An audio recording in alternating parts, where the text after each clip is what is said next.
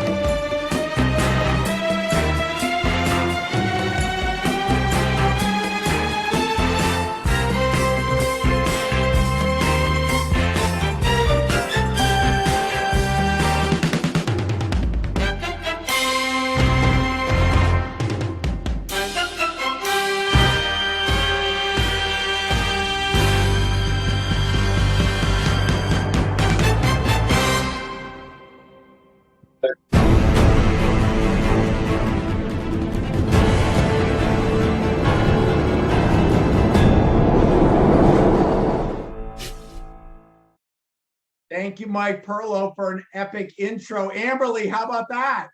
Wow. I just want you to, I videoed that. I am so impressed. We'll send you a copy. That was so exciting. This is the highlight of my day. I'm so grateful to be here with all of you, Greg. I mean, Scott, I'm kind of lost for words after seeing that video. I feel, wow, thank you so much. Well, we are super excited. A mutual friend, Megan Riley, introduced me to Amberly a while ago, and then we figured out that Charlie Engel and all these other people, we have all these mutual friends. So she is just an absolutely phenomenal person. Amberly, I'm going to jump right in. Your book is unbelievable. Your story is incredible. For anyone that hasn't had a chance to read the book yet, walk us through a little bit of what your life was like before Friday, May 28th, 2010. What was Amberly Lago doing prior to that day? Well, thank you, Scott. I mean, I feel like sometimes when I hear an introduction and you're, saying the things that I'm doing now, it's just I'm kind of looking around like, oh, is that me? Because my life was so different back in 2010. I mean, I was living my dreams. I'd worked hard to build this big fitness business up. I was in the fitness industry for 26 years. So I was doing infomercials with Body by Jake. I was sponsored by Nike. I had a 2-year-old and a 15-year-old at the time and married to the man of my dreams. And I kind of thought, wow, after really working hard to build this business, I'm like, I'm living the California dreams, because I don't sound like I am from California, but I was there for 31 years. And I thought life is good. And everything changed in the blink of an eye. So you had gotten into a car accident. Somebody had rear-ended you, and it for the first time in a while, you were unable to work out and all that. And finally, after a while, I think it was on Friday, May 28th, you decided to take your motorcycle to work. You worked out, and then you left. And tell us a little bit about that. Yeah, it was the first time I had been rear-ended, and I thought that was bad. I mean, my car was totaled. I was at a dead stop and had a car hit me at 55 miles an hour. And so it took a while, and I finally felt strong enough to ride my motorcycle I had a Harley and it was a 1200 cc. So it was a pretty big, powerful bike. And it was one of my favorite things to do was cruise around. And I thought, oh, I finally feel strong enough to ride my bike to work. And so I had finished training clients. I had ran again for the first time and ran in my best time in a long time. And I hop on my Harley and I'm just cruising down Ventura Boulevard. And I don't know if any of you ride motorcycles, but you ride kind of defensively. You kind of look around to see, make sure other people see you. And I looked over and I saw this guy in an SUV and I thought, okay, he sees me. And then I was like, oh my goodness, he does not see me. And he shoots out of the parking lot. And I literally did not have time to do anything except for try to jump off my bike. And it was too late. I got T-boned. I was thrown about 30 feet. And I just remember sliding across the asphalt and thinking, God, please don't let another car hit me, because I was on Ventura. It was a busy, busy road. I couldn't tell what I was sliding into. And when I came to a stop, I looked down at my leg, and I only looked once because it was crazy to look at your leg, and it was completely broken into pieces. There was blood everywhere. I didn't know it at the time, but it's because my femoral artery was severed. And I tell you, I had a guardian angel, because there was a guy that came over right away and he ripped off his belt and he made a tourniquet on my leg and he saved my life. And there were paramedics right down the street at the Coffee Bean, and they heard the accident and they were running towards me before they even got the call. And so luckily I was rushed to the hospital. And when I got to the hospital, it was chaotic because my husband he used to be a lieutenant commander with a CHP, and news travels fast, and the brotherhood and sisterhood of the police force. And so the whole ER was filled with cops, and I'm strapped to this gurney and my head's taped to the board.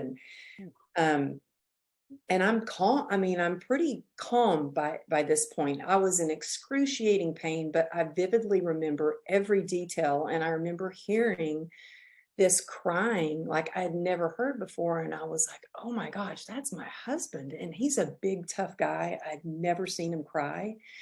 And at that point, I thought, oh my gosh, I might be dying. And I yelled across the ER. I said, honey, I need you to get over here and be strong for me. Because in that moment, I thought, I need to know that he is going to be able to take care of our two kids if I don't ever survive this. And he came over and he held my hand. And then this nurse leaned over me and she said, we're going to give you something to make you feel all better now. And that's the last thing I remember before they put me in induced coma. And I woke up out of a coma, which, I don't know. I pray that none of you ever have been in a coma and never, ever find yourself being hit by an SUV or anything like that. But, you wake up and you don't know how long you've been out. But I woke up with my arms flailing, me trying to rip the tubes out of my mouth. And the first thing I learned was they said, you've got a 1% chance of saving your leg from amputation. And they said, it's basically a war wound. There's nothing we can do for you. We're going to have to amputate. And in that moment, I said, but wait a minute, you said there's a 1% chance. So that means there's a chance. And I thought, well, we've got to find a doctor who's willing to take that chance with me. And it really took an act of God. It took so much grit, a lot of prayers, a lot of calling in favors to get me moved to a different hospital for this surgeon that we had found. And 34 surgeries, but they saved my leg from amputation. Absolutely incredible. Your life has been all about resiliency.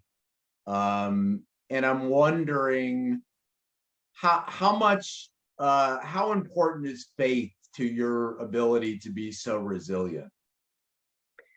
Honestly, faith has been a huge part of my whole recovery journey. I did not know, like when I was in the hospital, my husband was angry. I wasn't angry. I didn't have time to be angry. I had to focus on healing and getting better. And so prayer, a gratitude practice, community and connection and being of service and moving my body however I could is what really pulled me through. And so I'm sure some of you are like being of service in a hospital bed or moving your body. And I think that, you know, like the soccer player we have here who just had the back surgery, like I think your athleticism teaches you a lot. I think that growing up with, you know, strong faith really helped me because I knew that I could fully rely on God. And whenever I had fear, I could turn that over and pray. But it was really a time where I started to sink into a spiral of depression because it was one night, late at night. And so every 3 hours, I had my leg that was held together by these steel rods. And I had big open parts in my leg. And there was a part of me that was like grossed out. And there was another part of me that was like, wow, this is so cool. You can actually see the striations of the muscle inside my leg. I don't know if that's just like the personal trainer in me or what. It was hell to have those nurses every 3 hours come and take those bandages off. And so I remember just watching the clock and I wouldn't sleep. And I remember watching this infomercial and it was this gorgeous lady in a bikini on the beach and her family was chasing after her. And I just started doing that whole what if thing. Like, what if I don't make it through the next surgery? Well, what if I do, but what if I can't ever walk again? What if my husband doesn't love me? What if I can never wear a bikini? What if I'm going to be all scarred? What if they do amputate my leg? Like it just went on. And I was just spiraling into a depression. And in that moment, I think that letting go and letting God, and then grabbing a notepad and starting to write down everything that I was grateful for started to shift my perspective. And so still to this day, after I got out of the hospital and I was really struggling and people, I have to be really transparent and tell you that, you know, there was a time when I started not to pray. I was trying to do like self-will and just do everything my way and trying to grit it out and trying to suck it up. And I always kind of prided myself and I've got this PhD and suck it up. And what I learned is suck it up only gets you so far. And when nothing was working for pain, because as a result of my accident, I was diagnosed with this nerve disease called complex regional pain syndrome. And it's dubbed, and I'm sure Kim, because you had back surgery, you know how that nerve pain is. But nerve pain is a beast. And I was trying Eastern, Western medication. At one point, y'all, I was on 73 homeopathic pills and 11 prescription medications, and nothing was working. And I just kept trying to stuff it down and numb it out. And I think that so often when we have any kind of pain, whether it's physical or emotional, or even financial, or even something in your relationship, we try to run from it. We go into fight or flight. We try to numb it out by eating too much, shopping too much, speed dating, or drinking too much, or at least that's what I did. And I went from being this elite athlete sponsored by Nike to all of a sudden I started drinking every day and became a full-blown alcoholic. And when you ask about the faith and prayer, what saved my life is one night, and this was the scariest moment. This was the hardest time. It wasn't being in the hospital bed in the hospital. It was when I had survived this accident, survived all these surgeries, and I was slowly killing myself by drinking every day. And I thought, I kind of thought, how did a good girl like me end up like this? Like I always thought I was so different than a lot of people in my family with addiction. And I've learned addiction doesn't discriminate. And I got on my knees and I prayed and I was like, God, I need help. And that gave me the courage to make a phone call and admit that I think I got a problem. And that changed my life. And so Scott, one of the things I love that you do is you bring such a beautiful community together, because I think that, so often it doesn't matter where we are on our recovery journey, our health journey, or our, business journey. Like sometimes it can get kind of lonely. And I think that we have an epidemic of loneliness, especially after, dealing with COVID and all that. And so I think that connection is the opposite of addiction. And what I have learned is, grit without connection is resistance. It just feels like we're clawing our way to the top, like we're going through quicksand, like it's hard. We're hitting roadblocks or rock bottoms. But I have learned that grit with connection, like Scott, like this amazing community that you have built, that is where we find true resilience. Incredible. Chapter 27 is one of my favorites. It's tomorrow is another day. And, I think when you always know that, the sun's going to come out tomorrow is another day, you have hope. What I think is really interesting about your journey in particular, Amberly, is, and you mentioned it before, you have CRPS. So tomorrow you're going to have CRPS and you're going to have to deal with that pain. So yes, tomorrow is another day, but you have something that's not going away. And how do you mentally prepare yourself? I thought that was such a powerful chapter, but I think it's so interesting because of that chronic pain that you have to deal with all the time. Yeah, well, thank you. And my goodness, thank you for taking the time to look at the book and read the book. It means so much to me. Um, well, I think that we have to work on our resilience before we need it. What I think has been my biggest teacher, it has been the pain. Now that pain took me down like a dark path to where thankfully in 2016, I got sober and I started to reclaim my life. It's given me my life back. But I think that what really helped me, and I think it's the key to any kind of transformation, is starting with taking radical acceptance of where you are on your journey, who you are, but where you are, and keeping it real, like being radically honest with yourself. And that's not always easy. It wasn't easy for me because I did not want to accept all my scars. I didn't want to accept that I was going to live with this nerve disease.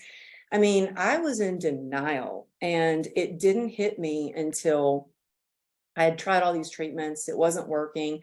And I went into Dr. Wiss and I was like, I've got the solution, doctor. I was like, hey, I appreciate that you've done 34 surgeries to try to save my leg, but this is not working out for me. It's giving me too much pain. It's holding me back. We need to go ahead and just cut it off. And he was like, we can't do that. He said it could cause your pain to be worse. It could cause the disease to spread. And then he did something that really changed my life. He sat in front of me and he put my leg in his lap. And now usually they would put your leg on the table or what in the room or whatever. And my first thought was, wow, I can't believe he put my ugly, deformed leg on his nice white coat. And he looked at it like it was a masterpiece. Like it was his, like, wow, look at what he did. This was a 1% chance that we could save it. And I saved it and put it together. And something shifted in me. And I thought, wow, if he can look at my leg that way, maybe I can learn to look at it that way too. Maybe I can learn to shift my mindset. And so every day I just started a little bit at a time, shifting my mindset and shifting the way that I viewed things. And I thought, yes, I may be diagnosed with this nerve disease, but it does not define me. And when I was diagnosed, in fact, the doctor said, I'm sorry, you've got something very serious. You're never going to walk again. He said, you are going to be permanently disabled. You need to get back in your wheelchair. And I was like, that just does not seem like the life for me. I mean, nothing about being against wheelchairs. My little brother's been in a wheelchair his whole life, but that's just not the life that I imagined for me. And so I held on to that hope, like I held on to that 1% chance of saving my leg. And after being in radical acceptance, I still have to shift my perspective on a daily basis with gratitude. And because a lot of people think, oh, you're so positive, and I'm not the most positive person. Like, I really have to work on it and practice it. And I will admit, even y'all, even I don't know if any of you ever do this, but do you ever like see a post or get an email and you don't mean to, but you get into that comparison mode where you're like, gosh, I wish I had that job, or how'd they get booked for that, or why didn't they choose me, or I wanted to be on that podcast, or whatever, or I wanted that promotion, or whatever it may be. I did that this morning, and I started getting into this funk, and like, well, I'm just not good enough, and maybe people don't like me, and I'm not smart enough, and maybe I'm all washed up. Like, the list goes on. The inner critic talks loud and mean. And I have learned to talk to myself instead of listen to myself, and start to catch those moments where I'm feeling hopeless or I'm starting to spiral into negativity, and I catch it and I flip it. And the easiest way to do that is to get into gratitude. And so I have a gratitude practice with a group of ladies. We call ourselves the God Squad. And we write down 10 things that we're grateful for. We have an app that we do it in. And y'all, getting to be here with you today was the top of my list. And as soon as I started going down and writing down all the things I was grateful for, I was like, oh, yeah, life is good. There's hope for a new day. There's hope for new possibilities. And I think when you have that hope, even if it's a glimmer of it, it gives you the courage to keep moving forward. I love it. So you ended the book with this quote by Henry Stanley Haskins, and it's, what lies behind us and matters, or what lies behind us and what lies before us are tiny matters compared to what lies within us. Why did you choose that to end the book? Well, I think that it's all about really knowing that the human spirit is powerful beyond measure. And I was stuck for a while asking myself things like, how am I going to get through this? What am I going to do? How am I going to get through the pain? What am I going to do about my career that I lost? What am I going to do about the $2.9 million of medical expenses and debt and the lien on our house? And I was really in a place where I felt stuck. And in that moment, I heard a little voice, and it was coming from upstairs. And it was my daughter, who was 2 years old at the time. And all she said was, "Mama."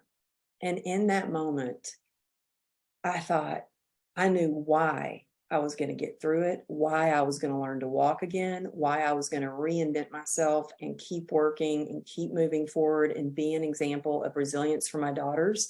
And I realized in that moment, I was asking myself the wrong questions. When you ask yourself how and what, you just get in your head. But when you ask yourself why, it activates the human spirit. It activates your heart, and the human spirit is powerful beyond measure. And I wrote that quote in there to remind the reader that, it doesn't matter what your circumstances are, that you can have the life beyond your wildest dreams when you take your power back by realizing that you have a choice in how you're going to move forward and what you're going to do with your circumstances. So I think that's why I chose that, because we all have a never-ending supply of resilience within us, and all we have to do is just tap into it. So you're a perfect guest because you are a true outlier. When in your life did you realize that you were an outlier, that you were a little bit different from everybody else in the way that you were maybe wired? Well, it's so funny you ask that, because growing up in Texas, and I moved to California, and in California, everybody always said, well, where are you from? And now last year I moved back to Texas, and I swear people everywhere where I go, they're like, where are you from? And so I've always felt like maybe I'm a little bit different, but I think I've always thought of, a different outside the box. Oh, you say I can't do that? Well, let me show you I can. Oh, there's a roadblock. Well, let me go around it. There's always a way to work through something or around something. And I actually am a little motivated when somebody tells me I can't do something. I'm like, oh, wow, thanks for the motivation. So yeah, I've felt a little bit different. And when I moved to, when I moved to California, I had my friends saying, oh, you'll be back, laughing at me. I had my family. The last thing that my parents said was, I think you're making a big mistake. And ignorance is bliss. I didn't know to be scared to be on my own in California. I'd saved $1,200 up to find a place to live and get a job here in California. And, I was out here or in California for 31 years. And then when I decided to write a book, I mean, how many of y'all want to write a book, or you already have a book? Awesome. Well, when I wanted to write a book, I got no college education. I didn't even own a computer. And I was like, I want to write a book. And my husband was like, you don't own a computer, like you're the fitness girl, you should stick to that. And I was like, but no, I want to write a book. And so I just started writing, and I basically hand wrote, like on a notepad, 90% of my book, got a publisher, and lo and behold, here I get to be with y'all today. So if you don't have your book done yet, I'm telling you, if somebody like me can write a book, I'm cheering you on, and this is your sign to keep writing your book. When did you realize? So I love that. And I've heard you say that before, that you didn't even own a computer. Now you're killing it on social media. You're taking stages, big stages all over.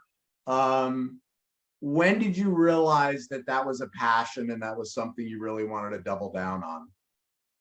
Because that was a relatively recent discovery for you. I mean, it wasn't like 20 years ago. That wasn't you. I never, ever, ever imagined that I still, y'all, want to pinch myself sometimes. I just booked this big job at the Omni. I don't know if y'all know where that is, but it's the Omni's huge. It's the home of the Dallas Cowboys. Booked a speaking gig there, and I'm kind of like, oh, are you sure you meant to ask me? Like, are you sure about that? I never imagined that I would be speaking on stages or figure out technology and have a ring light and a mic and all of that, because I lived my whole life on the dance floor. I was a professional dancer, and then on the gym floor, and trained athletes.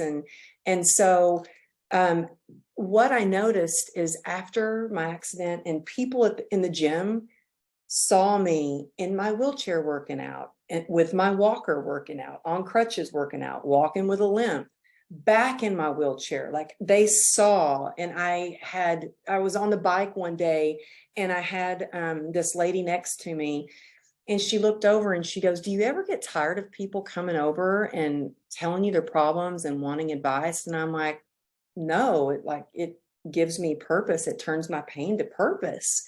And then I had somebody say, hey, can you come and speak to our networking group? And I was like, sure. And they're like, we just want you to tell your story of how you got through it. And to see the transformation in people when I tell them step by step, like how I still get through hard times every day, it is so fulfilling. And so one thing led to another. But I will tell y'all that when I went to publish my book, I had no social media, like no connections, no following. And this publisher said, okay, well, we don't market your book. So if you want to get that book in the hands of other people, you're going to have to market it yourself. I knew nothing about branding or marketing. And I was like, and I didn't have money. I was still just got the lien off our house, just got the medical expenses paid. and just making my way. And I thought, well, what can I utilize that's free? And I was like, social media. So I started posting whatever I could. I had a year to build up my social media. And back then, if you got 10,000 followers, you could do a swipe up on your stories. So that was my goal. And so I literally committed to spending like 2 to 3 hours on Instagram alone every day.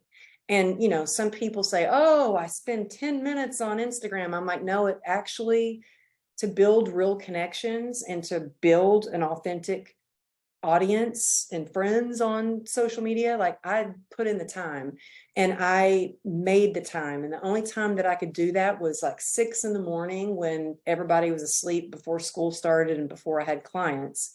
And lo and behold, I got to a year later, 10,000, I got that swipe up. And I still say with discipline, with intention, with always adding value, with responding to people. Like I genuinely care when somebody leaves a comment on one of my posts. And I've had people say, why do you comment back to so many people? And I said, because I remember how it felt when I didn't have any connections and I would comment on somebody's post and they responded to me, because I think we all want to be seen, heard, and understood. And I will tell you that social media it can be a love-hate relationship. I'm not going to lie, but I booked my TED Talk through a DM on Instagram. And I know, Scott, you are like legendary on LinkedIn. I'm still trying to get the hang of LinkedIn. I'm trying to learn from you, but I think it's important wherever your hub is. Like Instagram is my main hub. That's where I'm mostly active. But it's important to show up, because it can really, your personal brand is why people are going to buy whatever you're selling. Yeah, and your message is so important, and that's why those channels are so important for you. We have so many people that want to ask you questions, but two things that if I were you guys, I would write down, because these are two great alliterations. Pain to purpose. I love that. And right on her book, tragedy into triumph. So two great pieces of alliteration. Amberly, you ready for some questions? Oh, that's my favorite part. Yes. All right. We are going to Florida. Yarrow, you are up with Amberly. Oh, yay. And I'm driving, Amberly, but I still love this. So thank you. And I'm excited I got the first one. Thank you for sharing your story. Just absolutely incredible. And your just human component, just candid and beautiful. Is wonderful to hear. Your narrative and storytelling ability is on point. So thank you for the time and spending here. I am very curious about your journey in faith. Obviously, it has been put to the test and it has come through with tremendous grace for you. But whether or not that was something that was always a part of your life growing up, or if it was something that grew during the challenges that you have faced, I'm just curious a little bit more about that piece. Okay, thank you so much for your kind words, first of all. And then you said my faith journey, right? Yes. Yeah, well, I grew up in the Bible Belt in Texas, in a small town where you did not miss church. I mean, you literally had to be on your deathbed if you missed church. To give you an example, I was in a car wreck when I was 16 and had a broken leg and woke up with a concussion and I was sick. And my mom was like, get ready for church. And I was like, Mom, I am sick and I can't put pantyhose over my broken leg. And she's like, well, I guess you can skip this week. And so I grew up going to church every Sunday, but my faith now is not as much. Even I do have a church here in Dallas. I don't go every Sunday. I find, my connection with God in nature. I find my connection with God when I go to my recovery meetings and I hear God speak. I see God in their eyes. I see God all around. I know that may seem kind of woo-woo or crazy, but I think, I think just knowing that you can have your own relationship, whether you call it your higher power or God, I've always had that faith, but there was a time when I got into my addiction. I think that when we're numbing out, we're blocking off the path to our spiritual growth, to not just our emotional growth, our physical growth, but our spiritual growth too. And it was when I got sober that I started to connect and fully rely on God even more. Awesome. Love it. Thank you so much, ma'am. Thank you. We are going to a gentleman that I always say, this guy makes the Dos Equis guy look boring because I can't even begin to tell you he is the most interesting guy in the world by far. RHO, Robert Hamilton Owens, very polite of you to put your hand up, by the way. Very, very nice. So RHO, you're up with Amberly. You know, what caught my attention in amongst all these things is about resilience, and practice your resilience before you need it. Can you talk a little bit more about that? For me, you know, I ask people to do something difficult every day that they don't want to do, and they learn that they can do more than they think they can if they tackle their issues. But tell me a little bit more about, how do you practice your resilience, you personally, or for those that you work with, before you need it? Oh, thank you, Robert. Such a great question. And you know what? I think that resiliency, it comes from not just doing one thing. It's not just about mindset. I think it starts with your mindset, but I think our minds, our body, spirit, it's all interconnected. And for me, I have to be very disciplined and be very basic and keep it simple. And so what I mean by that is I start in the morning and I keep promises to myself. So if I set my alarm for 5, when the alarm goes off, I get up because it makes me feel like, oh, I can get up. I can keep that promise to myself. I'm a go-getter. I'm up. If I don't, if I push snooze, it's a kind of a notch of, it kind of is a notch against my resiliency and my confidence of, see, you can't even get up when you promised yourself you would, you know? And so then I move my body. In fact, I'm going to admit to y'all, I still have on a nice shirt, but my workout pants on low. I worked out upstairs with a client and then ran downstairs and changed real quick.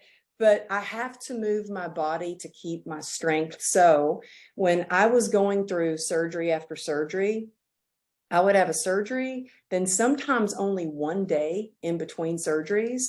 And I did everything I could to be resilient, from eating the best that I could possibly eat, trying to sleep. And when I say move my body, and how do I move my body in the hospital, I actually asked the doctors to install a pull-up bar over my hospital bed. They thought I was crazy, but I knew I couldn't stand up. I couldn't use the bathroom on my own. I had to use a bedpan, but I could sure as heck do pull-ups and keep my upper body strong. And so mentally, that made me feel like, okay, I'm moving in the right direction. My gratitude list, whatever you can do to keep your mind, body, and spirit in a positive place, and just knowing that you have the ability that when you, like me this morning, get that little setback, I was spiraling down into negativity, and like, you have the ability to shift that and change it right away. And then there's one thing I'd like to share really quick, and I can give you a free download. I'll put the phone number and info in the chat for you. But I came up with, I need something quick that's going to remind me. I came up with something, I call it the pacer method, and it's called that because my husband told me to pace myself, and it kind of offended me being an entrepreneur, because I'm like, really? Slow down? I don't think so, buddy. But I had to shift the way I thought about pacing myself and make it a win-win, and kind of taking things in stride. So PACER stands for perspective, acceptance, community, endurance, and rest. And it's a lot of the things we've talked about. But whenever I'm not feeling resilient, or I need to work on my resiliency, I think, okay, how can I shift my perspective? The easiest way to do that is with gratitude. Acceptance, or if you're feeling anxious, like, what's going on in your life? That, like, the easiest way to make sure you're in acceptance and keeping it real and you're having awareness is say, how's that working for you? Is it helping you or is it hurting you? Because when you're in acceptance, you can take action steps and you can be in the right community, which is the next part. Community, y'all, connection is everything. It's the opposite of loneliness, of addiction, of anxiety. It is what we need to go after our dreams and to be unstoppable. And it takes so much endurance, which is the next part of Pacer. And that's really when your passion and your perseverance come into play. And then the last part is rest, which was super hard for me. I mean, I don't know about y'all, but I had to make rest part of my business strategy. And so I even have like I'll look at my watch when I wake up and say, okay, what's my readiness score? How much sleep? How much REM sleep? How much deep sleep? And sometimes we have to strategically stop and plan times to rest, restore, and recover, or unplug so we can be more resilient. And so I will put that number, the number is 818-214-7378. Just type the word grit, GRIT, and it'll give you that free download. And you can also that's me texting you back. So just text me, hey, we're in the same community. I just wanted to say hi because it's me texting you back. I love it. Carl in Michigan, you're up. Hi, can you guys hear me okay? We can. Awesome. So I had a quick question. I'm not sure if I'm the only one, but I guess historically, I struggled with forgiveness. And so I wanted to know if you forgave the person who hit you, number one, and if you did, how long of a process did that take? That's such a great question. And you know what, Carl? When I wrote my book, and I would write parts of it and give it to an editor, and one day the editor gave the book, the manuscript back, and he had added all this stuff in the book about how angry I was. And I read it and I was like, hey, I didn't write this. Like, I wasn't angry. These aren't my words. And he goes, yeah, but if you write like that you weren't angry, like people are going to think you're weird. He goes, you had to be angry. And I'm like, but I really wasn't angry. I wasn't angry in the hospital. Like I was just so focused. And I think to be resilient, you really choose wisely what you're going to focus on. And I knew that if I was focused on him and how could he hit me and how could he do this and be angry, I knew that I would not heal as well. And so I focused on everything that I could control and let go of the rest. And I know that seems kind of crazy, but as my editor talked to me, he said, well, you had to be angry. He goes, well, just look at your leg. It's deformed. It's scarred. You can't do the things you used to do. And I was like, yeah, I am getting a little angry. I started getting a little angry, but I never heard from that guy. He never reached out. He never apologized. And that's life, right? We don't always get an apology. But I actually imagined, I put myself in his shoes and I thought, gosh, how horrible would I feel if it was me that hit someone else? And I think that the forgiveness part was, yeah, I did let go of that anger, and I forgave the fact that I wish that he would have reached out. It would have been nice, but that he didn't. And I think that you can forgive, not necessarily forget, but you can forgive. And it's the biggest gift that you give to yourself and others around you. And I have a sponsor that always gave me this advice. If you're angry with someone, if you feel like they owe you an apology, if they're driving you crazy and you're having a hard time forgiving them, then you need to go pray for them. Like, go pray for them. Genuinely pray. It's going to be hard. You're going to be frustrated with it. Keep praying for them. And that helps you with forgiveness. Amen. If you want to know what a remarkable person Amberly is, so as she's lying on the asphalt after the accident, she had borrowed her husband Johnny's backpack, his brand new backpack, and she had a pulled pork sandwich in it that she was going to share with him. And she was concerned that Johnny might be upset that his backpack was ruined and messy from the pulled pork sandwich. So can she forgive somebody? Yeah, I think so. She's a little bit different. Thank you. Yeah, that was one of my first thoughts was, oh man, my What husband anyone would think so as they're laying on the mad that I- asphalt with their leg, in dire straits. You're too funny. Jamie, we're staying in Michigan. Jamie, you're up. Hey, Kimberly or Amberly, wow. I'm just goosebumps and emotion and everything. Your story is amazing. I was wondering if you could elaborate a little bit on the ability to mentally suppress your pain and even your physical pain. I mean, I know when my mother was dying, I would cry the whole way to work, and then I'd walk through the door to the plant that I was running, and I have to square my shoulders, and my pain would literally leave as soon as I focused on somebody else, as soon as I focused on my team and how they were and how their kids were. Literally that pain in my heart would go away. But you did that not only with your depression and else, but you did it with your physical pain. I was wondering if you could talk a little bit about that as opposed to alcohol or opioids or anything else. Jamie, you said it right there. That's the answer, being of service. When I was in the hospital bed, I was being of service however I could. So I was still calling clients. Y'all, literally, the first thing I did once, they told me they were amputating my leg when I woke up out of a coma, the first thing I asked for was my phone. And I was literally calling clients, kind of drugged up, calling clients because saving my business was as important as like saving a literal limb on my body, not just because it paid the bills, because I knew what service and being and having that purpose does for you. And so when I was in the hospital, I was making calls to clients. I was setting up nutritional plans. I was setting them up with other trainers that worked with me.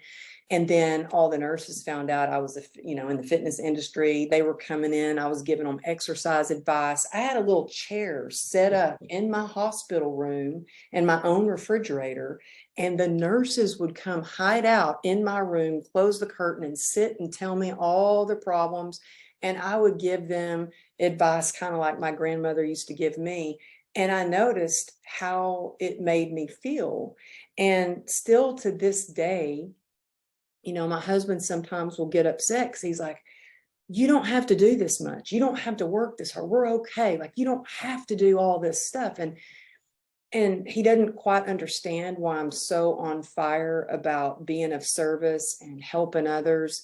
And it's because it does give the pain that I may have purpose. Like, honestly, when I'm on stage at an event or like even with y'all, I feel no pain, like none. It just the endorphins, maybe the adrenaline a little bit, the dopamine you get, it completely blocks my pain. But I think that when you're feeling bad, or we all have some pity party sometimes, or I do anyway. And it's okay to be in that pity party. Just don't stay there and bathe in it. Like, get out of it. Go make a phone call, go check on your friend, go be of service. And anytime I'm starting to feel down, so I told you this morning, I kind of got in the funk, like I was getting in that whole comparison, which is the thief of joy. I did my gratitude, and then I reached out to two of my friends to go check on them, and then talked to one of them on the phone, and immediately felt better. And it does have a way of dissolving your pain. And I'm not saying stuff it down. You got to let your pain rise to the surface, because we heal what we reveal. We can't stuff it down. You got to let it come up and really heal it, or it'll come out in everything you do, the way you love, the way you lead, the way you parent. But being of service has really helped me. And it seems to just dissolve most of my pain. Thank you. All right, guys, we have 6 questions and 7 minutes to go. So Okay, I'll be quick. We're gonna try to get these in. Sunny in Arizona, you're up. Hi, Amberly. Thank you so much for being here. It's amazing hearing your story. I'm curious, when you talk about the pull-ups in the hospital bed, and you talk about the consistent and constant movement that you kind of pushed yourself to do, what did you tap into to find the discipline along the way post-accident, to continue doing that? Thank you. Well, you know what? I actually, when I couldn't work out, I started spiraling into a depression, and I went to a therapist for help. And I was like, my husband thinks I'm crazy. He says I need help. All the doctors are telling me I need to be on antidepressants. I said, I know when I can just move my body, I'm going to feel better. She said, you know what? Something's wrong with you. If you have to work out to feel better, you definitely need to be on antidepressants. I left there and I never went back. And I just did what I could in my hospital bed. And it's because I knew how it would make me feel. Now, that was a gift of growing up. I was abused, sexually abused as a child. And what made me feel better was running track and dancing. So I knew what would bring me peace of mind, what would bring me joy was moving my body, because it releases endorphins and it also combats pain. And so there are days I get to the gym, I don't feel like working out. I start scrolling through social media and I talk to myself and I'm like, Amberly, get your butt in the gym. You're going to feel better. You're going to get stronger. You got to do this. Go in there and work out, even if it's for 20 minutes. So I just really, I know that for me, if I don't move my body, what it does to me mentally. And so that's what gives me the discipline, is talking to myself, maybe like a little bit crazy, but yeah. And then you develop smart feet and it just becomes a habit that you don't even question, you do it. Thank you. Thank you. Doug in Florida, you're up. Oh boy, thank you. Thank you. And Amberly, you want to talk about preaching to the converted around everything you're talking about today. Unbelievable. Acceptance, gratitude, practice, mindfulness, non-comparison. I love you. We love you. This is incredible. Question for you. I watched your interview on the Megyn Kelly show, and you told a story about how your husband was put in a position, I believe, to make a call on amputating your leg or not. Can you share that with us and maybe go a little deeper into that ridiculous decision that was, laid on him and how he arrived at what he arrived at? Thank you, Doug. Thank you so much. Such a great question. Well, yeah, when I was in a coma and they were just going to amputate, he said, no. He goes, I want her to wake up with both her legs. I want that to be her decision. And he started Googling limb salvage. Him being a CHP, he rolled up on a lot of bad accidents, and they would have to Google limb salvage to try to get these donor limbs. I know that sounds pretty gruesome. He Googled limb salvage, and that's how he found the doctor and then he had to sign like all these papers so that orthopedic surgeon couldn't touch me again and couldn't amputate my leg. But he still says to this day, y'all, you've got both your legs because of me. I'm like, I know I owe you big time, honey. But yeah, thankfully, he was like, I want it to be her decision. So that was how that happened. He's a good man. Way to go, Johnny. Brian in Texas, you're up. Hey, Amberly, how are you? Hey, Brian from Texas, my brother Yes, from ma'am. another mother. Yes, ma'am. So incredible story. Thank you so much for sharing. It really was emotional for me because that's what I did for 15 years, was a reconstructive salvage surgeon. So I can say that what you went through it's a miracle, honestly, that you were able to do that. And I wanted you to speak a little bit more to, if you don't mind. I was a professional distance runner, a sponsored athlete for a while, and I want you to talk about how not only your physical fitness prior to the injury, but the mental that goes into being a professional athlete, and how much do you think, because I personally think that had to have been the biggest contributor to your resilience and ability to get through this, was not just your physical baseline, but that mental baseline. Oh my goodness. Yes, Brian. Thank you for all that you do. And thank you for your kind words. And yeah, I think that being an athlete, in fact, when I woke up out of a coma, one of the doctors, Dr. Razul, comes over and he leans over me and he says, "Hey, this is between you and me, but do you have a drug problem?" And I said, "No, sir, I don't." I said, "I never even taken aspirin." And he said, "Well, are you an athlete?" And I was kind of like, "Can you not tell I'm an athlete? Come on now." And he said, "We had a hard time keeping you knocked out." He goes, "You must have so many endorphins in your system. We had a real hard time keeping you in a coma." And I think that being an athlete, growing up in Texas with a tough as nails coach and a drill sergeant dance instructor that taught me things like, we'd be throwing up on the track and she'd be like off the track to throw up and then keep running.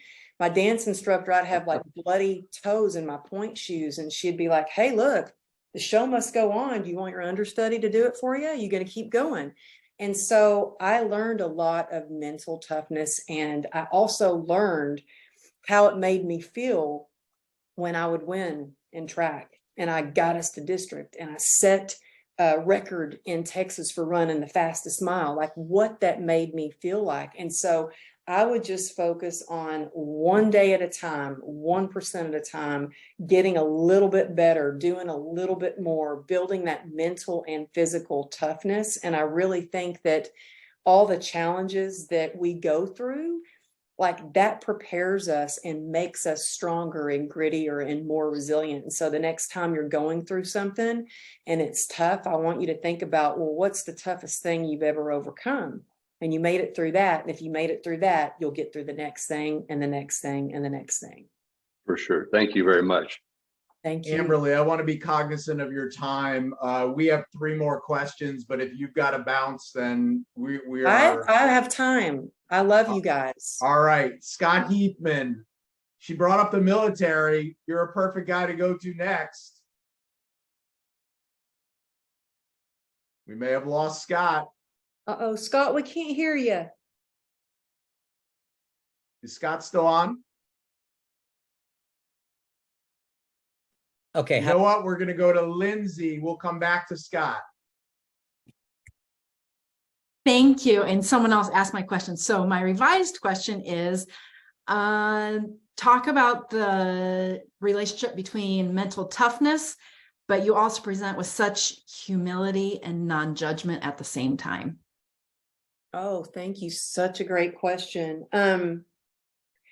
Yeah, I think that is about the grit but it's also about the grace that I've had to learn. And when I talk about grace, I mean God's grace, but I also mean the grace that we give ourselves.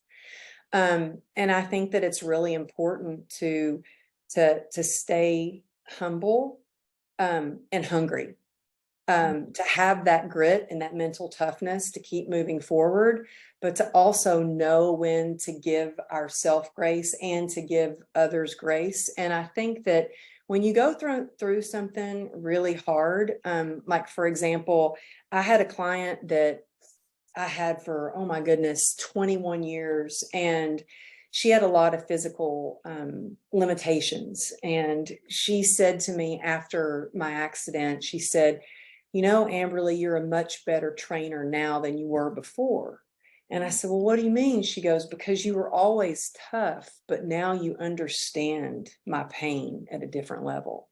And so I think that when you can really learn to listen to someone, to kind of relate, to maybe put yourself in their shoes, and share your vulnerabilities and share what's going on with you. I used to think that was hard for me. I would think, "Oh, I don't want to share my vulnerability.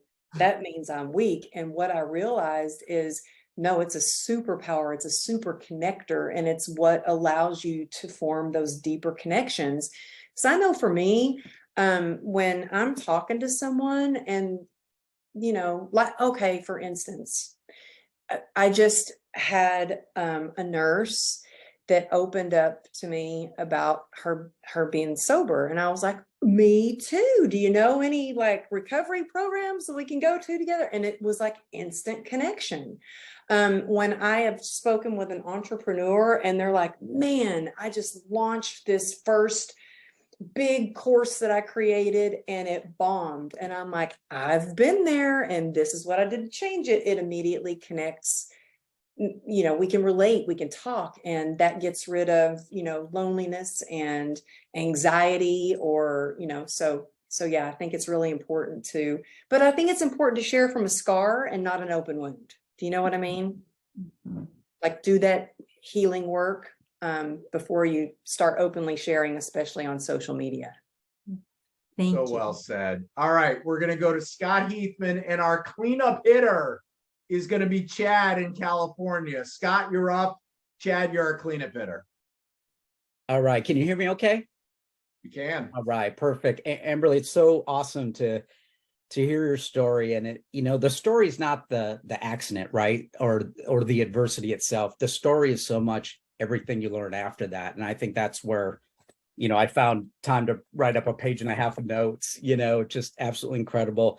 And I share although not a same story of adversity, but certainly a medical journey, a pain journey. And the word that when people ask me, what did you learn? You know, you said that word acceptance. And, you know, that's such a powerful first step. But, you know, a lot of people might throw that back in our faces and say, well, it might be easy for you to get over it, but it's not easy for me. And they try to associate this time standard, like it's going to be over in a month, or you'll be able to get through it in a week or a year. What do you say to people that have a hard time with that first step of acceptance, and as far as a time constraint that they're also trying to face, or, you know, it's just taken so long for them to get over? It might be a death, it might be other types of grief, those kinds of things. Well, thank you, Scott. And, you know, I know it's different for everybody. And sometimes, especially with pain, any kind of pain, what works for me might be a little bit different than for you. And everybody has their own, you know, length of time but I think the important thing is that we have to learn to grieve, because we live in a society or in a culture where it's like everything's a quick fix. Like, take this pill and you'll be happy. Do this one little hack or trick and everything will be good. And what I've learned is, like, you know what, when you are diagnosed with something like, you know, being diagnosed with CRPS, I grieved for a while. There was a time when, you know, my husband and I we were told we couldn't have a baby. I grieved. My dad, my stepdad, who's more like a real dad to me, just died a few weeks ago. I have grieved over that. And I think it's important to allow ourselves to go through those feelings. And I think it's so important to reach out. I am huge on, like, have a mentor. I've got a mentor and I am a mentor. I've got a sponsor and I have a sponsee. I have a coach and I am a coach. I am a part of a mastermind and I am in a mastermind. And I have a therapist, and believe me, nobody would want me to be their therapist. But I think it's important to do whatever it takes, whether it's seeing somebody, a professional, to talk it through, to help you look at how you can, you know, think of even acceptance. Maybe that's not a word that somebody resonates with somebody. Maybe it's more awareness. To me, I think that acceptance puts you back in the driver's seat of your life and allows you to be the one to take the action steps forward. And so to me, instead of looking at acceptance as like, oh, I'm broken, or yeah, I do have this disease, or yeah, I look at it as like, okay, once you accept all your scars, flaws, whatever it is, nobody can use them against you. And, you know, I mean, honestly, I've had my husband, he's a character, and he'll say, oh, if people only knew. I'm like, honey, people already know. Like, I own it. I talk about it. Like, I don't hide anything on my podcast. I talk about it all. So no one can use it against me. And then it allows me to ask for help it allows me to ask, take action steps, but most of all, it is empowering because it puts you in the driver's seat. Beautiful. Chad, take us home. Wow, yeah, you did take me home back to growing up. My folks grew up on Ventura Boulevard. Yeah, wow, how surreal is this? And follow that up being a healthcare professional, a first responder, and now I've morphed into a human performance coach. So I wanted to go in that direction, but I know we've talked a lot about that, the mental, the physical well-being, which I can geek out for hours on this conversation. So much respect to yourself and everything you're doing in the community. Speaking of community, I see you're involved in a handful. I'm just curious of helping us understand your legacy. How do you want to be remembered? Do you want to start a foundation of your own? If so, what would that be? Yeah, thank you. And thank you for all the work that you do. Yeah, I work closely. At first, I thought I want to start a nonprofit that benefits people with nerve pain, chronic pain, CRPS. And starting a nonprofit, it was like really hard. So I was like, okay, how can I work alongside a nonprofit? And so I work alongside a nonprofit called RSDSA. And we put together programs and stuff to help people get medication, have treatment, and that sort of thing. But I think how I would like to be remembered is a person who helped others on their way to going after their big dreams and living out their destiny. I think that's the reason I'm most passionate about my mastermind, is because I get to take women and take them under my wing and show them how to start their own podcast, to publish their book, to get on stages and then I put them on stage.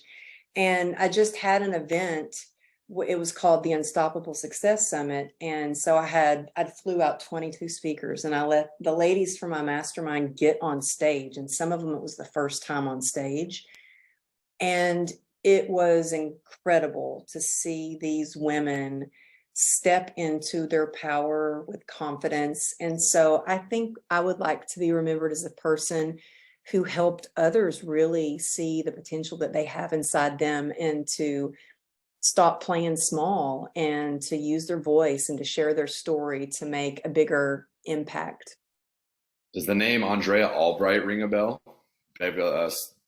CEO of Beverly Hills Publishing from Dallas, Texas?